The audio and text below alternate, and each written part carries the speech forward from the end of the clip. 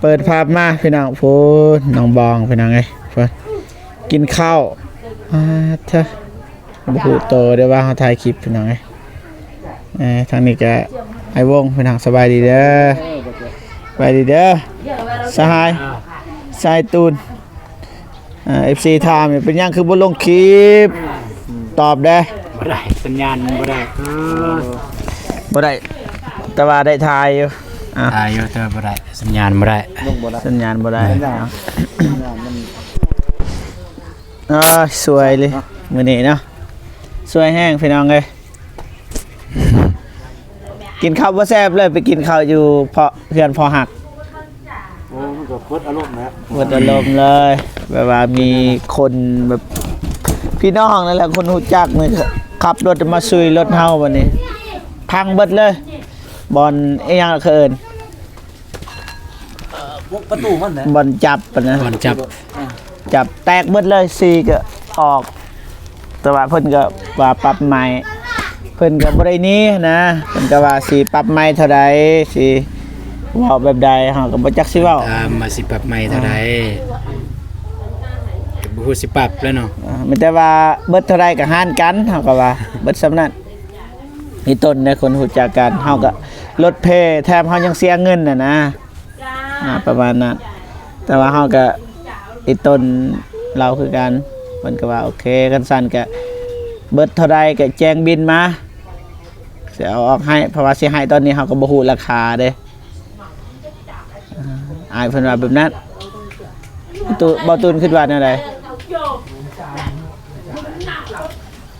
ก็ถ้าเพิ่นให้ก็เอาถ้าเฮาสิทวงก็บ่ต้องทวงก็ได้เอาก็เพิ่นก็เป็นผู้ใหญ่นะไม่นะบ่ได้ยินอยู่เนาะโดดอยู่เพิ่นก็เป็นผู้ใหญ่เหมือนกันคันเฮาสิทวงก็บ่ทวงเพราะว่าเพิ่นก็เห็นแล้วเด้แม่ถ้าเพิ่นให้ก็เอาบ่ต้องปฏิเสธเฮาก็ว่าละหารกันเพิ่นว่านี่ให้เฮาส่งบิลให้เพิ่นเฮาต้องส่งบิลเด้คันเฮาบ่ส่งบิลสำว่าเฮาทวงนะแต่ว่าเพิ่นก็ว่าให้ส่งบิลให้ตัวเองว่าเท่าใดก็ตามที่เฮาว่าหารกันแหละไอ้วงเอาวงคิดแบบใดโอเคอยู่คิดว่าเพราะว่าแต่เพิ่นแสดงความรับผิดชอบเนาะก็โอเคแต่ว่าเพิ่นปัดความรับผิดชอบมันก็ว่าอีกอย่างนึงเนาะอีกอันนึงก็เป็นคนหักแพงก็ว่าเจ็บบานแหละก็ช่วยกันดูต้นกันก็ว่าสิเอาได้อยู่เนาะบ่เจ็บเนาะได้ให้เข้าใจ 100% ก็ได้แต่ว่าเฮาก็คิดเห็นเพิ่นปีต้นเพิ่นก็ในมุมของบ่เจ็บก็โอเคเพิ่นก็แสดงความรับผิดชอบแล้วก็เจตนาดีอยู่ว่าสิรับผิดชอบ100ก็ได้แม่นบ่บ่เจ็บเดี๋ยวเพิ่นว่านี่แนวใดก็ได้นะเพราะว่าเพิ่นเป็นคนผิดเพิ่นว่าตัวเองยอมรับผิดเลยแนวใดก็ได้แต่ว่าเฮาก็น้องก็ว่าแบบนี้แนวใดก็ตามเพราะว่าเฮาก็บ่อยากให้มันเกิดนะรถเฮาก็เป็นรถเฮาแต่ว่าเงินก็เฮาเสียแต่ว่าก็โอเคเฮาก็ยอมเสียเอาคนละครึ่งซะประมาณนั้นแหละโดยอุบัติเหตุมันก็เนาะได้ทุกเวลาอีหยังเนาะนี่เนาะอยู่ดีๆติโดโอ้ยดื้อคักติโดไปมีแต่ว่ามื้อแรงเด้อโดยมื้อแรงมาบ่มาเฮือนน้องบ่โดยมาสิมาเจ็บบ่ได้สิขึ้นไปหาน้องบองกันเด้อโดยไปหาน้องบองบ่ฮู้ว่าน้องบองเพิ่นเฮ็ดหยังอยู่หรือว่ากินข้าวแล้วหรือบ่โดยบ่ตูนก็ออกซอย500,000กีบเลยยังบ่ทันไปแปลงทางในออกเลยออกซอยเลยขอบใจหลายเด้อบ่ตูนออกซอย500,000กีบแล้วเพื่อไปแปลงรถบ่เจ็บพี่น้องเอ้ยขอบใจหลายๆเด้อเถอะมาขึ้นเทิงก่อนเด้อเดี๋ยวว่ากันมื้ออื่นสุดท้ายให้เบิ่งเพราะว่าตอนนี้มืดเลยบาดเถอะน้องบองแบบธรรมศาสตร์เลยพี่น้องเอ้ยอยู่เกียร์พื้นที่เด้อเถอะพี่น้องเอ้ยถ่ายคลิปได้บ่ได้โอ้เจ้าเด้อเถอะไปดีได้ต้องบอกเด้อกินข้าวเด้อมาแต่ไสมื้อนี้บ่เห็นไปนำกันไปสวนบ่เลยบ่ว่าบ่ตูนใส่บ่นีบเลยเนาะบ่ตูนนี่โอ้ใส่เมียไปเฮ็ดเวียก ไปเองบ่หรือว่าจังได ไปเอง อยากซอยเรือเนาะอยากซอยทางครอบครัว โดย ทางนี้ก็สบายดีเด้อ สบายดี กะอุเบกันนิกสบายดีกระจิตเอ้ยคือแม่บ่เจ็บ แล้วก็แปะดียา ได้ยังกินบ่ แจ้ว แจ่ว เจอดิ แจ่วอะดิว ผักกูด ผักกูดไผ บ่ฮู้ อ้าวผักกูดบ่ตูนเด้ เนี่ย มื้ออื่นนี่เท่า ได้มาจะใส่ผักกูดทัน พูดอยู่ที่ของไอเตียง ผักเก็บเองบ่ บ่ตูนไปเก็บเองเก็บเป็นว่าโอ้ยตอนเมียได้เมียอยากกินผักกูดเป็นว่าถึกใจขนาดนี่แม่นบ่ อยากบ่ โดย อยากแห้งต่อพอตื่นเลยยังดีเลยเห็นอยู่ MC เมนพี่น้องคอมเมนต์ในคลิปบ่เจ็บน่ะอ๋อบ่ตื่นนี่ดีมากครับ ไปทำงานยังไม่พอแถมเก็บผักกูดให้ภรรยา มาเลิกกินข้าวเนาะ โดยกินเบิ่งโธ่กินแก้วนี่ โดย บ่ตูนมาคาเมียแล้วนี่โพดมักเผ็ดโพดทางนี้ก็มักเผ็ดกับผักอีคู่ทางนี้ก็ผลไม้กินกับข้าวบ่เอามักม่วงกินกับข้าว โดย วัดโต มะม่วงไอวง กินกับข้าวเลยมักหรือว่าเขากินแบบนี้แม่เอามามันเยอะจ่าเดี๋ยวกินได้มันเยอะจ่ายำครับมันเยอะจ่าโอ้แม่เพิ่นว่านี่อยากกินแบบนี้ซีนบ่อยากกินคันอยากกินก็ให้บ่ตูนซื้อแล้วยังไงดอกซื้อเพิ่นบ่มักกินซีนพี่น้องไง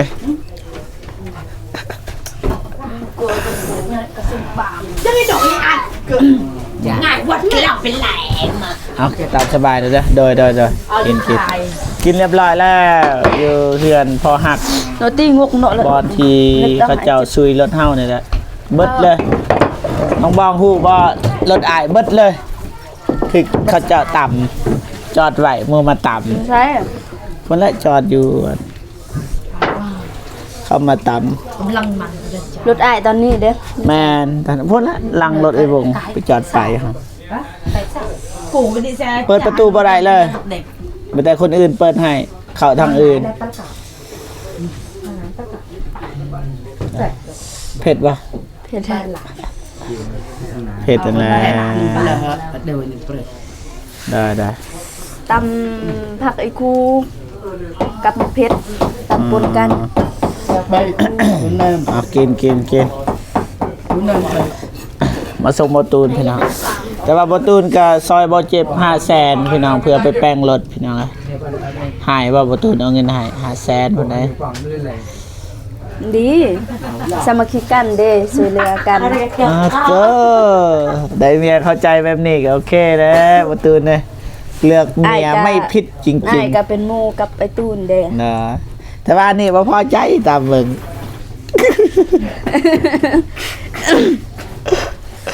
มักหยอกพี่น้องเอ้ยเบาเจ็บนี่มักหยอกแม่บ่ตูนก็คือหยอกแม่บ่เจ็บเองนั่นแหละบางเทื่อก็นี่แหละแม่บ่ตูนแต่ว่าแม่บ่เจ็บเท่ากล้วย แบบอันนี้เทียบใส่แม่บ่เจ็บก็อักเรอ คู่บ่ต้องวางอักเรอ บ่ แบบรุ่นน้องรุ่นนุ่งนะรุ่นน้องแม่เฮาอีกนี่ อะเกลือ อักเรอ แต่ว่าเปล่าเลย โอ้ยว่า บ่ ตุ้ยตาหัวงั้นจ้ะตุ้ยดึงพลัง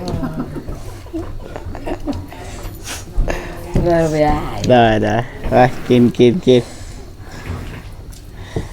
อันนี้ก็ งบสมาน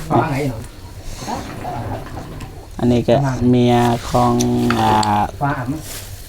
น้องเบาตูน ก็โกรธเราไม่ อัน ไป นี้ก็พี่สาวของผู้นี้นี่พี่สาว ถ่ายแล้วไหนต่อ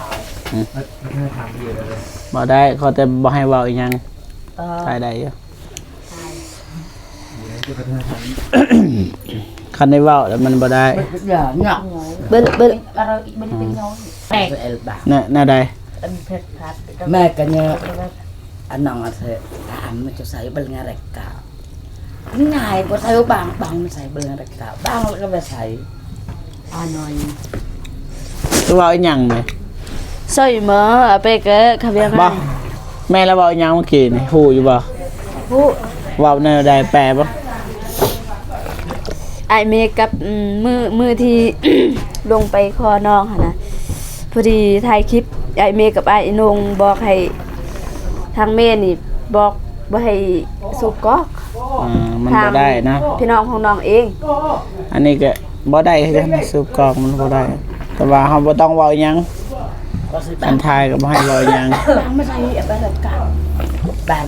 บางเตยเบลงอะไรกะ เข้าใจบ่ แม่ก็ใส่ เข้าใจ แม่ก็มาบางเขาไปสูบกาว อ๋อ ไอ้เราจังเจ้าก ล้องจรปิดเดี๋ยวนี้ อาหารมาหัดเอง หัดเอ็มเราว่าหัดเอ็มมันว่าหัดไอ้เราไม่ จะได้น้องคือว่ากินแบบนั้น บ่มีคงกินเนาะ บ่กินแบบจับแล้วนี่จับแล้วนี่ แจ๋วแซ่บ กินแบบนั้นแสบบ่ โดย ไข่ติดน้ำมัน โอ้สะอาดคือยังเด็บเนี่ย สะอาดโถเป็นยังไงไฟเบิดมืดตึบเลยเป็นยังไง น่ะก็ยังไม่ใบ เบิดเลยน้องบองจัดการ กินเท่าละน้อยเท่าละน้อย มันตกจี้ยา แบบนั้นคือกันไอ้กินแบบนั้นคันพายครู ตัวเยอะ กินเท่าละน้อยกินลายมัน จามไง พูดแล้วมันเผ็ด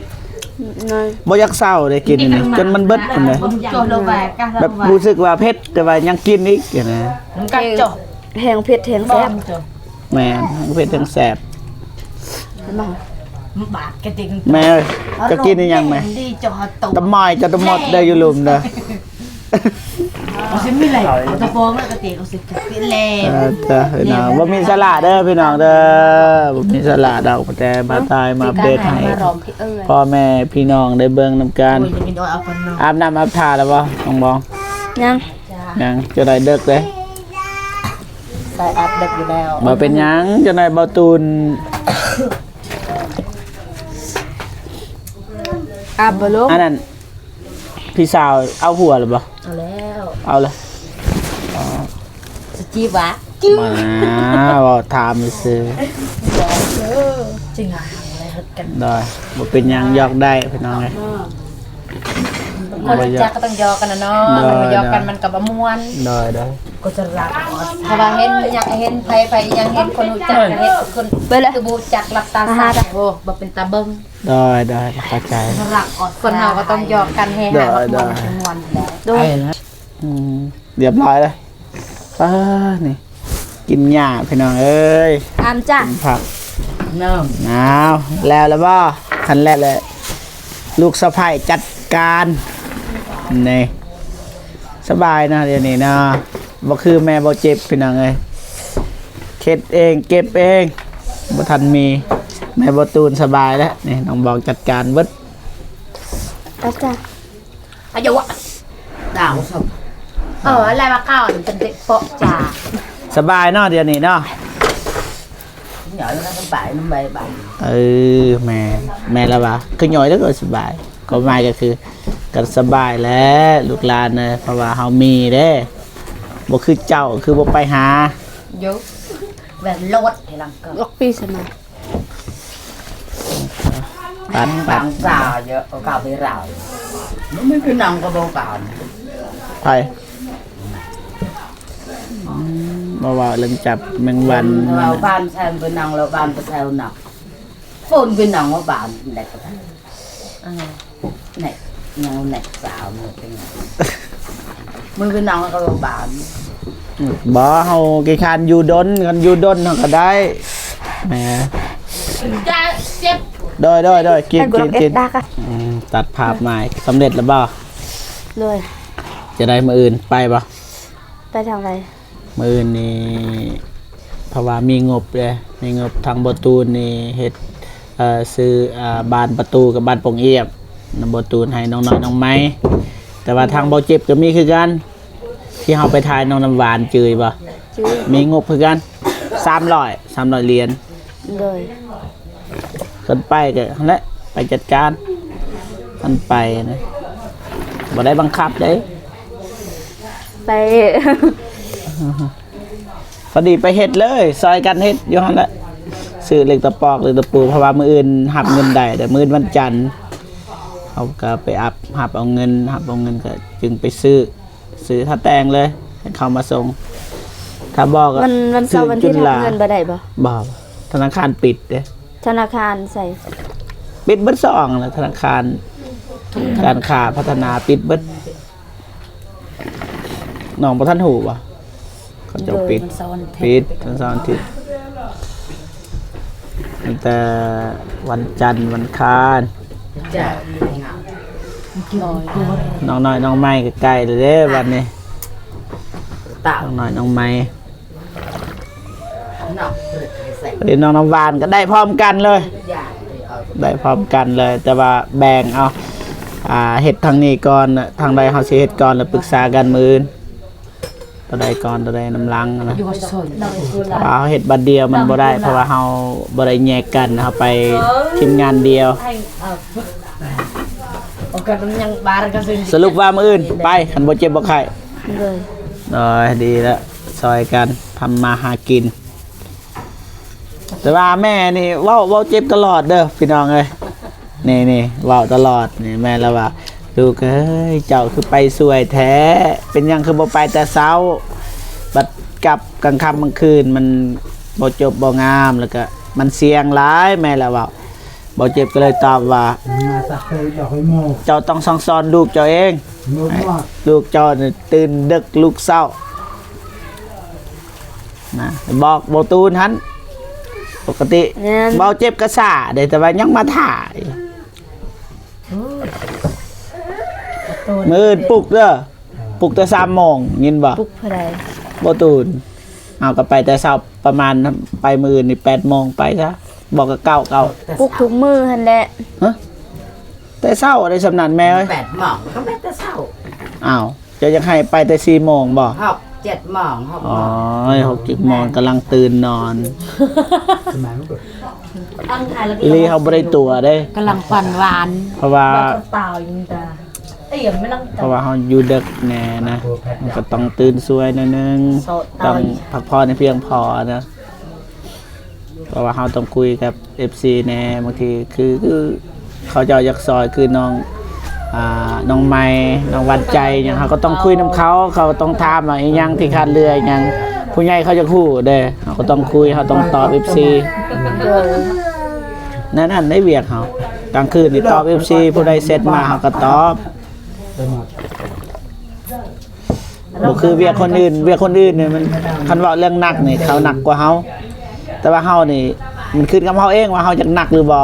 ถ้าว่าเห็นหมู่เฮ็ดเฮาจะเฮ็ดก็ได้คือกันแต่ถ้าเฮาบ่เฮ็ดก็บ่เป็นหยัง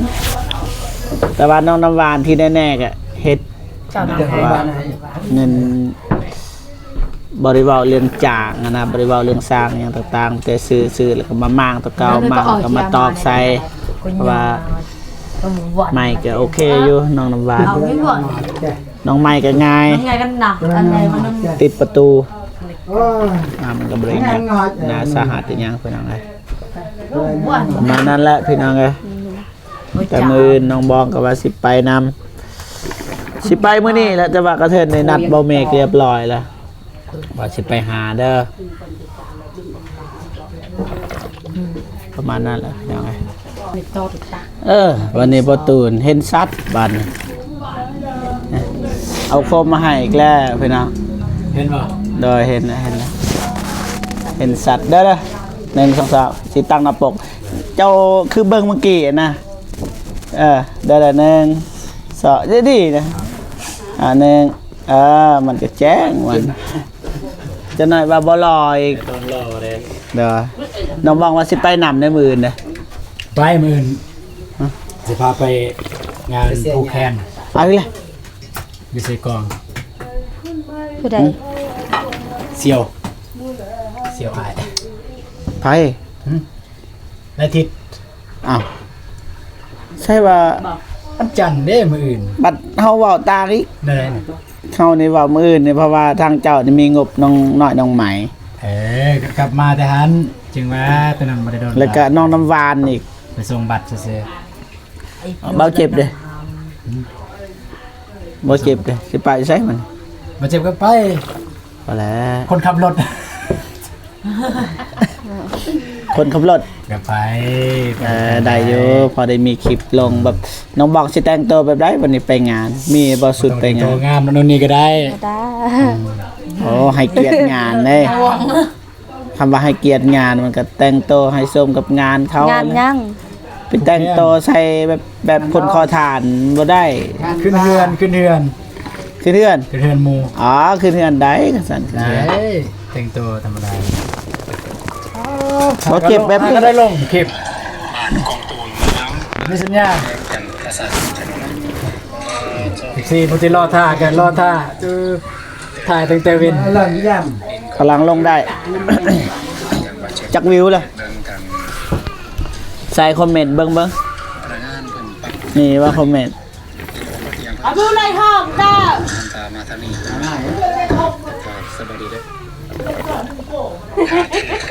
กินก็ผู้ไรหอม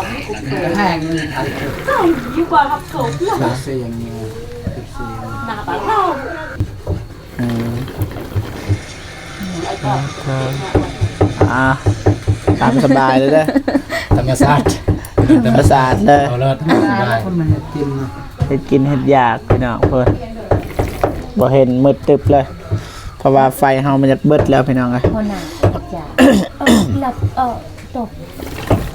เหนียวอ่ะ บอกแล้วเด้ว่าบ่ตูนซอยบ่เจ็บ500,000บอก โอ้ยสิบอกเห็นยังเด้สำนันซื่อ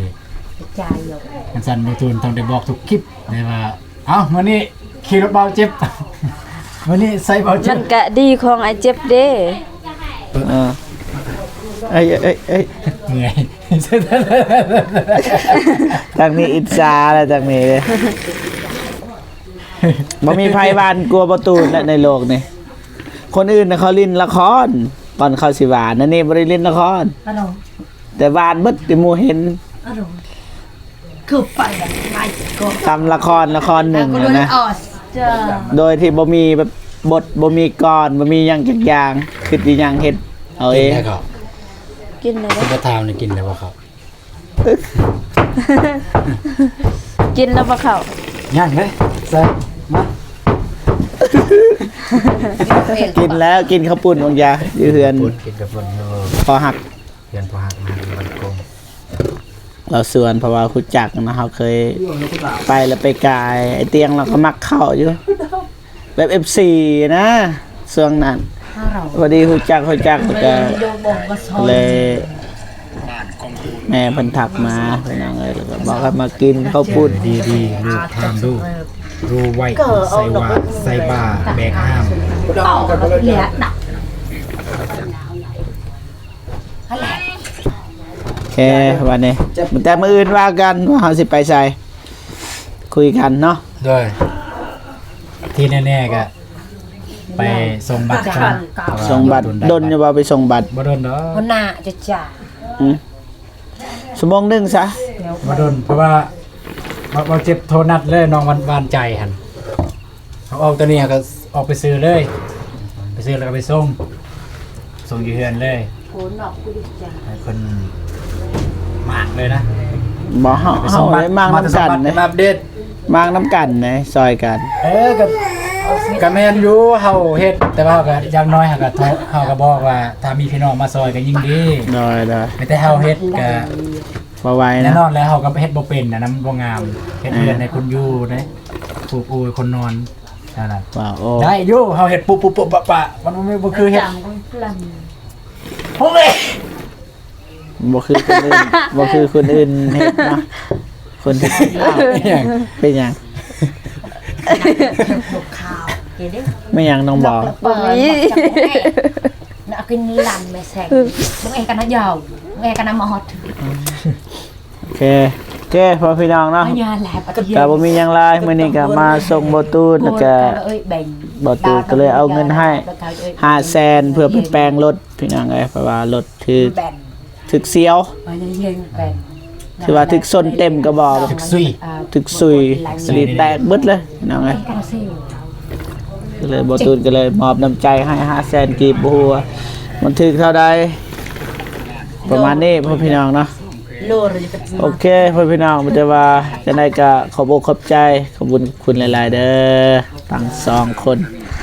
ที่ช่วยเหลือเด้อขอบใจหลายๆเด้อจะได้ก็ขอให้ท่านทั้งสอง นำกันได้เงินนำกัน จงอยู่เย็นเป็นสุขสุขกายสุขใจขอให้เป็นผัวเมียที่ดีที่สุดต่อกันเด้ออวยพรมาเป็นแล้วเจอกันคลิปหน้าพี่น้องเอ้ยสำหรับคลิปนี้สบายดีเด้อพ่อพี่น้องเบิดสุขสุขคนไปคำมืดตื่นๆแล้วพากันไปหลับไปนอนก่อน เพื่อนป่ะ แม่บ๊ายบายเด้อ